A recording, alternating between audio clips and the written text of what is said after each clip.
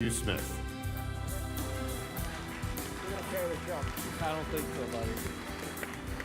You know, I have to tell you, I'm standing back there and watching the same monitor that you are, and for me, I'm realizing, wow, these are three incredibly successful men that I had the the honor to interview over the years. And I realized I'm standing with their three sons. First time I've ever been with all three sons, and probably for us as well, of these great men. And a part of loving Michigan is understanding when there are people that love Michigan like these three men so obviously did. It's a part of what now carries on in a legacy with these boys. And we're about to find out just how easy that was, or maybe even difficult that was. I'll start with you, David Van Elslander. Your father was known for being a doer, both in business and in his philanthropic efforts. Do you think your father thought about that lasting impact of his vision? I think he did, not at first, though. So whenever an opportunity came along, my father would always get a lot of opinions from his friends, his colleagues, his family, and ultimately, though, he'd make the decision on his own. You know, he was a strategic businessman. He had a big heart, a soft heart, and that's where the philanthropy came from, his heart. You know, they said in the film, his philosophy was, if you have he feels a responsibility to give back to the community, and he was so grateful for the community support that returning that support was just the most natural thing in the world to him. And for you, David Barfield, whether it was his work with Washtenaw Community College or the Park Ridge Community Center in Ypsilanti, your father's skills as a leader inspired others to engage. Your dad was really a show-me guy. He taught others as part of what he did. When did you notice that he was more than just about building and growing his business? He was about folding in other people and bringing them along and helping them.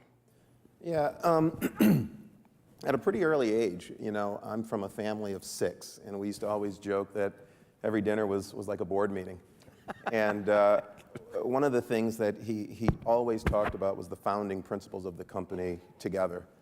It was never the quality of the services without the fairness to its people, and it was never either of those two principles without giving back to the community. So from a very early age, we were all taught of the obligation that we all had, given the fact that he had experienced some success, he and my mother, and the obligation to give back and to communicate, and to give back and to share, you know, with the community. Dan DeVos, we looked at that video, very well narrated by Patty Poppy. We look at the many projects. We know about many projects. The things that happened in Grand Rapids continue to happen. Projects that were stimulated and supported by your father. Was it easy for him to ask other business leaders in the community to get on board? Yeah, it was for him. You know, he's a salesman.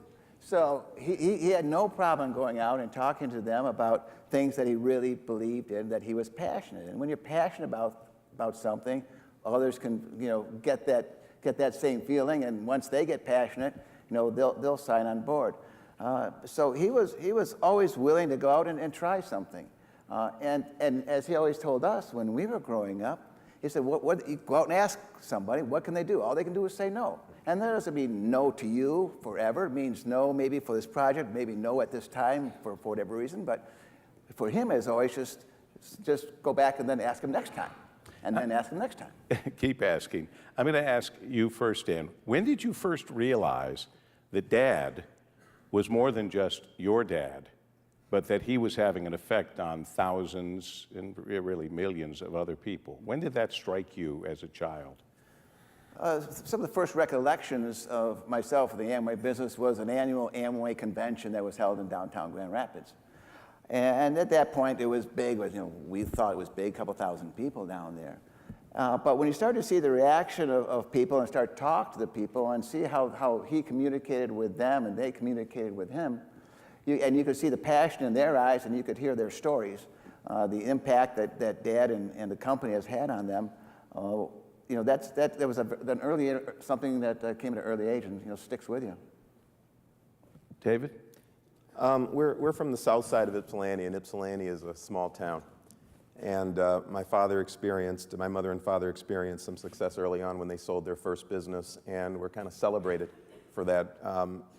I think partly because of the story that they had, given that he came from nothing and built a business that was purchased by a kind of a Fortune 500 type company. So it was big news in the area, and as a result, he was kind of a local hero. And more than anything, I think he represented a lot of hope for people and a lot of pride for people. So he and my mom were celebrated for that. So we could not go anywhere in that town where someone did not know him, black or white. And he also had the personality that was very attractive to people. He was always kind. He was always willing to help, always willing to listen. And as a result, he made lots of friends. And so again, I learned very early on that he was someone special. He never took any of that for granted. He was always appreciative. And again, just felt the need to make sure that he led by example. You know what I just noticed in just your first couple of answers? You've been very careful to say my dad and my mom. They were kind of a package together, apparently, in the business. And that's not always the case when we're lauding outstanding men who have accomplished a lot. In fact, we don't have your mother's name on the list of those that we're lauding, but you keep bringing her up. The reason that I do is one, they were together for 65 years. They started every single business together. And although my father, thank you.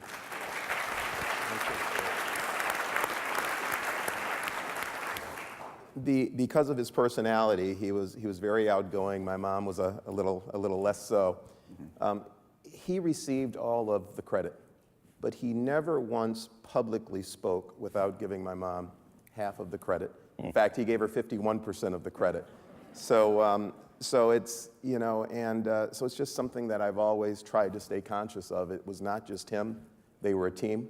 They did everything together, and it's important to me that she is recognized along with him.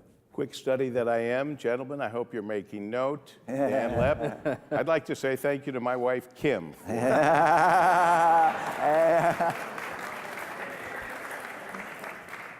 David Van Elslander, your father, when people knew him as Archie, which is a long time ago, because I kind of asked the question when we were backstage, when did you first notice? Well, his father was, it's hard to believe for those of us who knew Art Van in his final years, but he was very low-key. Yeah. In the end, he was not so low-key. No, and I think, he always flew under the radar. He wanted to do what he did very quietly. He didn't need the fanfare. And then I think in 1990, when he wrote the checks to save the Thanksgiving Day Parade in Detroit, that's kind of when it dawned on people, Art Van's not just a furniture company, there's a man behind it. And it was a big check. Yeah. And there are some other members of the Van Elslanders here in the audience here. Yep. I bet a week doesn't go by, you can tell me if I'm wrong, that somebody doesn't thank you again for your dad thanking for saving the American. If not me, for sure one of them, but yeah, there's a lot of recognition. Honestly, when he made the decision in 1990, he didn't realize the impact it would have, but he said, it was probably the smartest decision I ever made, not only for my business, but for the city. But by the way, the family continues to support, and Absolutely. He continued to support. And will continue. Will continue. Where's Tony Michaels? Tony? There's Tony. Tony is writing that down right now. Well, we appreciate it again and again, and I hope you don't get tired of us talking about it. Is there one project that, besides obviously saving America's Thanksgiving Parade, presented by Art Van, anything else that was an important game changer in making Michigan better that you can think of right now? That my father was responsible for? I don't, I think when he established the Art Van Charity Challenge in 2009, and that was really when he formalized his charitable giving, because before that he did everything on his own. There was no formal board, there was no foundation, there was no committee other than his family, friends, and colleagues. But like I said, he made the decisions by himself. And but when he came up with the Art Van Charity Challenge, and that he donated $1 million to Michigan charities, and it was a grassroots kind of grant program that ended up raising $5 million. And I'm very, very proud. My family's very, very proud of that because today that continues, and now there's been $10 million donated, over $25 million raised for 450 Midwest charities. Wow.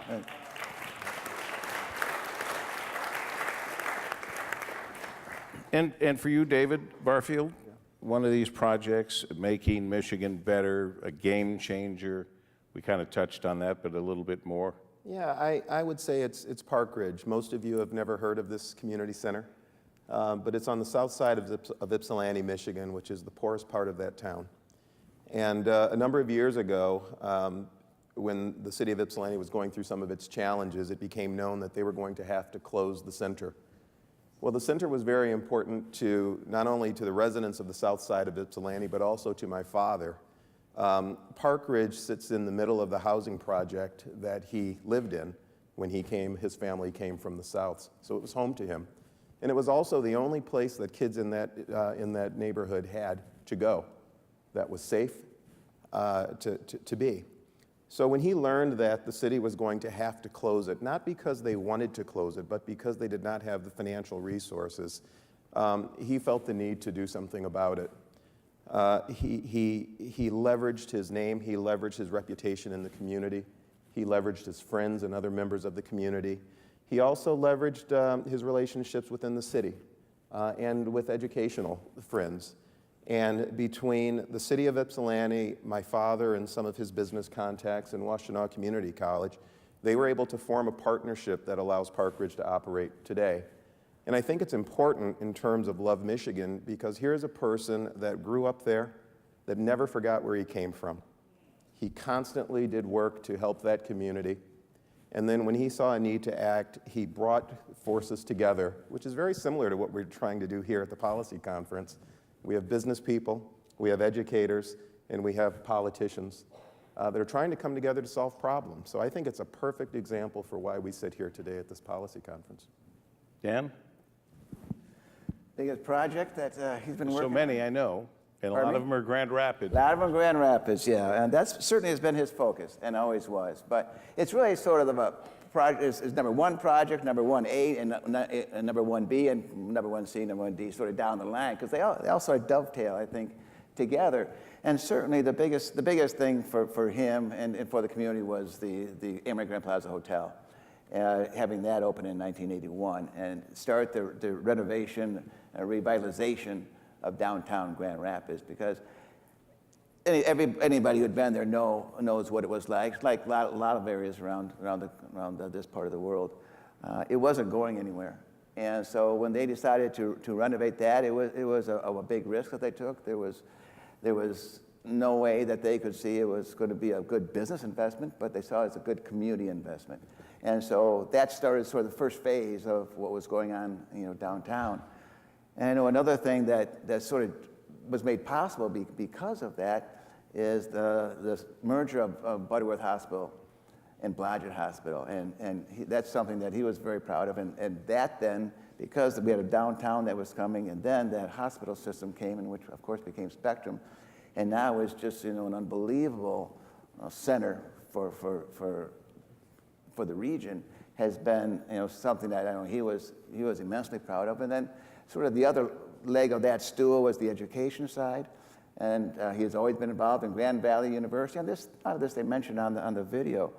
And because we had a vibrant downtown now, because we had the medical center, now we needed the component of education downtown. And so bringing that component downtown really made the difference. And from there, everything else is just sort of piling on in a very positive way.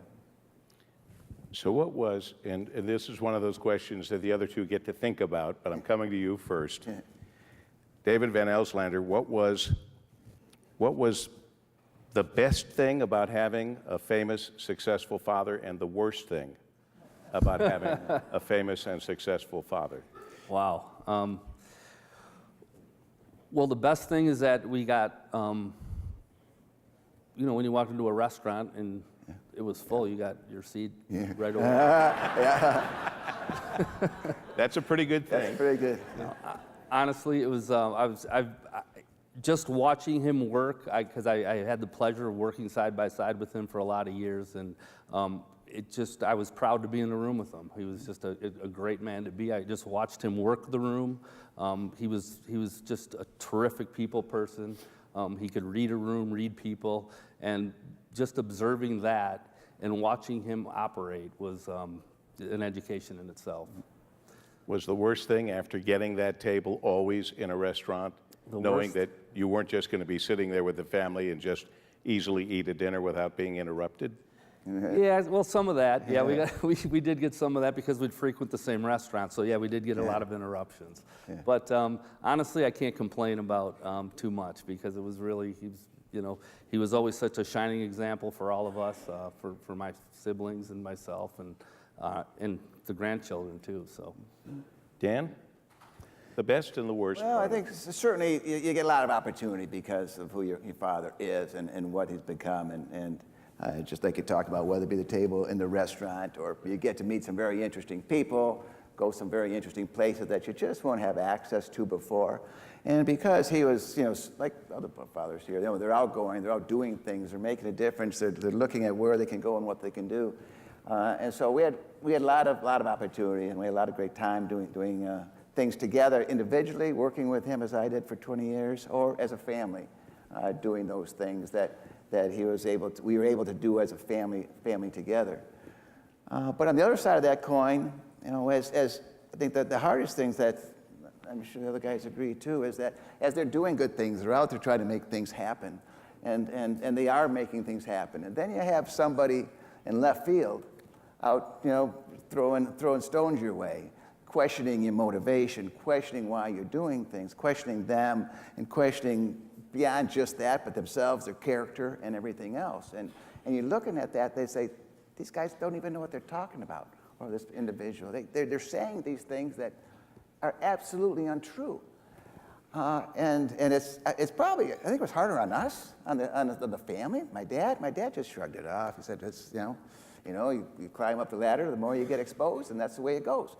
But to see that, but to see people doing it to them was really hard. It's your dad. Yeah, that's exactly. Your dad Yeah, it's him, and we know him, and we know that's not him. We know what you're saying about him is not right.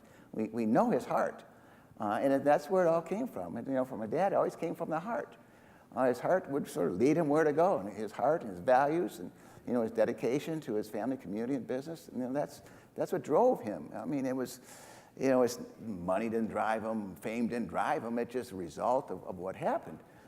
So he was always leading with his heart and with his values. And so it's hard when those are challenged by others.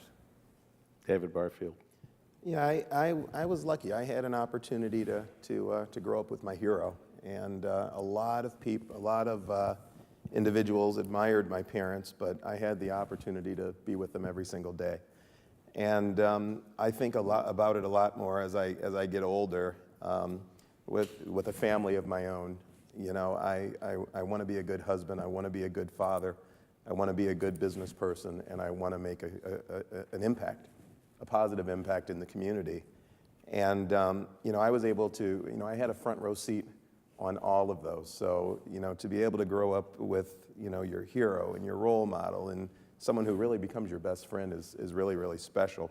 So that's the best thing, is I lived with my role model for all of the right reasons, and I feel really fortunate about that. I think the hardest thing is trying to continue to do things that you hope would make your parents proud. And that's kind of my North Star today. You think about it, we all are raised by parents, generally, hopefully, that want us to do better. They want more for us than we had as a parent. Mm-hmm. That's going to be very difficult for I'll use, big shoes to fill. I could use any number of other people, but whether it's Steve Jobs or somebody like that who their children would never have had a chance to achieve the same sorts of level of success. So does that ever get overwhelming, that feeling of that you had such a successful father, no one should really expect you to top what he did? My dad wanted me to top what he did, and he was proud of the fact that I did. He didn't go to college, I went to college. He never made a lot of money doing what he did in the family business. You guys are facing a whole different mountain to climb that Steve Jobs, or as I mentioned, or any number of these guys that are the famous names that we can call upon, and we're talking about your last names as well. You're in a position that's different than most kids, where the parents said, oh, you're going to do even better than me, and we're going to watch I don't that think it's happen. about topping them or doing better than them. I think it's carrying on what they started and continuing their legacy and teaching our children to carry that legacy as well. And, you know, talk about the morals and the values that they had and what was important to them. And, you know, it's funny, as we sit here and I listen to the answers that Dan and David are giving, it's remarkable how similar the three Have you men guys were. ever been together before? I know Dan because I spent some time in Grand Rapids, a lot of time actually, and saw that transformation happen. You know, I'd go back every few months and I'd see different things going on in the city, and that's the transformation in Grand Rapids, largely due to the DeVos family, Van Andel family, the Myers, but largely due to the DeVos family, is quite remarkable. So congratulations to you. Thanks. Well, it's good to have the three of you together for the first time that I'm aware of. Yeah, And, it's great. I knew Art a bit over the years, and grew to have a great respect for Art.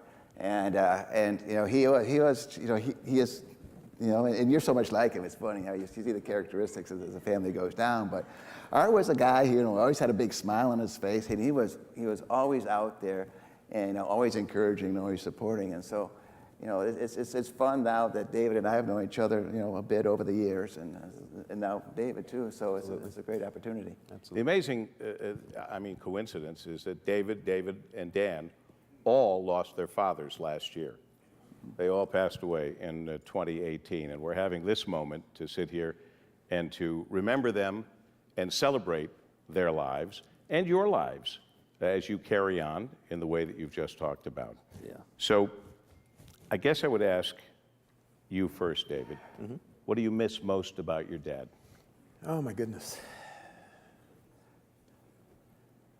His smile. Simple enough. The smile. Dan? I'd say his unending positive attitude, his support, and his always wanting anybody he's with to be better after they were with him than they were before, to give him encouragement to carry on and to always be there for anybody with that positive support and words of encouragement. David? I think, you know, when you went to him with a problem, he made you feel like it was the only problem in the world, but he always said to me, there's nothing we can't solve together. So that's, you know, I talk to him almost every day, obviously, and I still do. And, you know, I miss him a lot. What one lesson did he teach you that you would be sure to teach your children or anyone else that you were in a position to teach and help?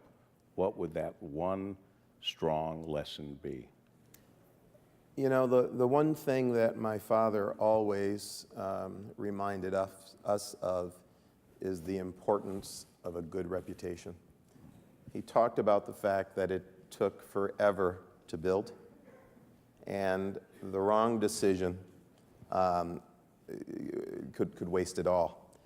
So, you know, I think the one lesson that I think about is doing everything to maintain a positive and a good reputation. I say it starts with being true to yourself, making sure that your foundation is solid, that you have your belief system, you know what you believe in, and you don't vary from your beliefs, and that you make sure you think beyond yourself. I mean, if you got to focus on other people, and always been taught and believed that, you know, you do good for other people, and it'll come back to you eventually in some way. If you focus on yourself and you just try to make yourself better, it's not going to work. And so he was always out there, teaching us to make the difference out there. Don't worry about ourselves. Ourselves it'll happen. It'll take care of itself. Just like his commitment that he made to everybody else. That's just the way he always was. He was always giving, and not expecting anything in return. But when you do give, it just comes back. Be humble. Remember where you came from. He started with a 4,000 square foot store on the east side of Detroit, and never did he dream that it would become the business that it did. But How many stores now? The sleep stores, all the stores? oh, I think the private equity firm bought a couple companies since they purchased us in 2017, and I think they're up to about 180 locations today, and going from Chicago to Missouri to Maryland actually, and all the way through. So. But that's it. And the other thing I do want to say is the one thing he said is learn how to be a salesman, because once you can sell, you can do anything. You'll always have a job. Yeah. Words to live by, my friend. Yeah. Once you can sell, you'll always have a job. What would be, since we think we know your dads by their actions and their accomplishments, and now by knowing their sons a little bit, what would be the most surprising thing about your dad that we might not know, Dan? Well, I think the fact that spending time with a family, especially when we were growing up, before He had time to spend time with the family building a dynasty. He always had time for a family. And the thing that he really liked to do when we were young, the kids were young, is play football on the beach. We'd play football, the kids line up, and he'd like to get out there and just mix it up with the family and friends, whoever we had to be with us. And we played countless hours of football on the beach growing up. And so he was always active, engaged, and he just loved to interact with younger people, our friends or ourselves. And so those are the type of things that the sporting side that he could do, the way he played tennis and the way he played ping pong. He liked those type of activities. Competitive? Oh, yeah. And he could have these little dink shots which he loved doing all the time, especially in both, in table tennis and in regular tennis. He just gets those little lobs over there, and he just loved to do that. He didn't feel compelled to let you win? Oh, not at all. No. He liked to see us suffer when he did that, because we're sitting, too far away, and we can't even move to get there, and he just got a kick out of that. What about you, David? He never wanted to stop learning. And, up until his last days, he was always very, very interested in learning something new. Whether it's his computer or whether it's his phone. And, I would say, who cares how it works? Just use it. Don't worry about why it's working and how it's working. Just use the device. I remember him. I remember he took up horseback riding. So he started horseback riding. My mom bought him a horse. Next thing I know, he starts fox hunting. And he overachiever. Yeah. So he was fortunate enough to ride in a couple of different countries, but he had a club that was not too far from Ann Arbor where he rode, and I remember one day he came home and he was just kind of laughing at himself, and I said, "What's so funny?" He says, "David, maybe I'm taking this fox riding thing a little too seriously." He says, "How do you think it looks for a black man from the south side of Ypsilanti to be on a horse yelling tally ho?" And he said, "It just got pretty good to me, and next thing you know, So, he was funny, he was kind, he had a great sense of humor. And I think the biggest thing is he was so nice to everyone. He one day said, "David, you just make sure you never let anyone take your kindness for weakness." Because everyone saw the big smile, everyone saw the big personality, but he was more aggressive and more competitive than anyone that I know. So those are some things I think people would Surprise us, David, if you can, with something about Art Van that we might not know. Boy, he was a very, very competitive tennis player. He loved playing tennis. He loved playing golf only with his sons, though. So when we would go out, we're obviously... He would play golf only with his sons? No, not only with Oh, his sons, okay. but normally that's when he played. He wasn't a huge golfer, so we'd say, come on, let's play golf instead of tennis, and so he'd do that. But boy, oh boy, was he competitive, because we'd, get around you'd finish off the hole and say, okay, Dad, what'd you get? And he'd say, well, I got a 6. We'd be like, 6? You sure it wasn't an 8? What, are you counting strokes now? Well, actually, yes, we are counting strokes. And they were playing for money. Yeah. So, I mean, honestly, there's he wasn't full of a whole lot of surprises. He was, what you saw is what you got. we have a minute or so, a little over a minute. If you could have just one more day with your dad, briefly, how would that day be spent? David? I thought I'd have a little more time to answer that one. I'm glad you got that. Yeah, you have the time. Just saying thank you. Beautiful. Just saying thank you. Dan? I think spending time would be just being there, just being sort of around, and just because he had this glow about him, and to get more of that positive energy that he gave off, just to be there and to hear him talk about where he'd been and how he got there, and the things that really mattered to him. And David? I'd want to be where he wanted to be, and that would be on his boat on the water on a nice sunny day, just hanging out. And then I think if I knew it was my last day with him, I'd say, Dad, what is the one thing that you wanted me to take away from what you've done in your life? And just ask that question, and hopefully he'd answer it. I never got to ask him that, though. Gentlemen, thank you for giving us your fathers. David Van Elslander, David Barfield, Dan DeVos.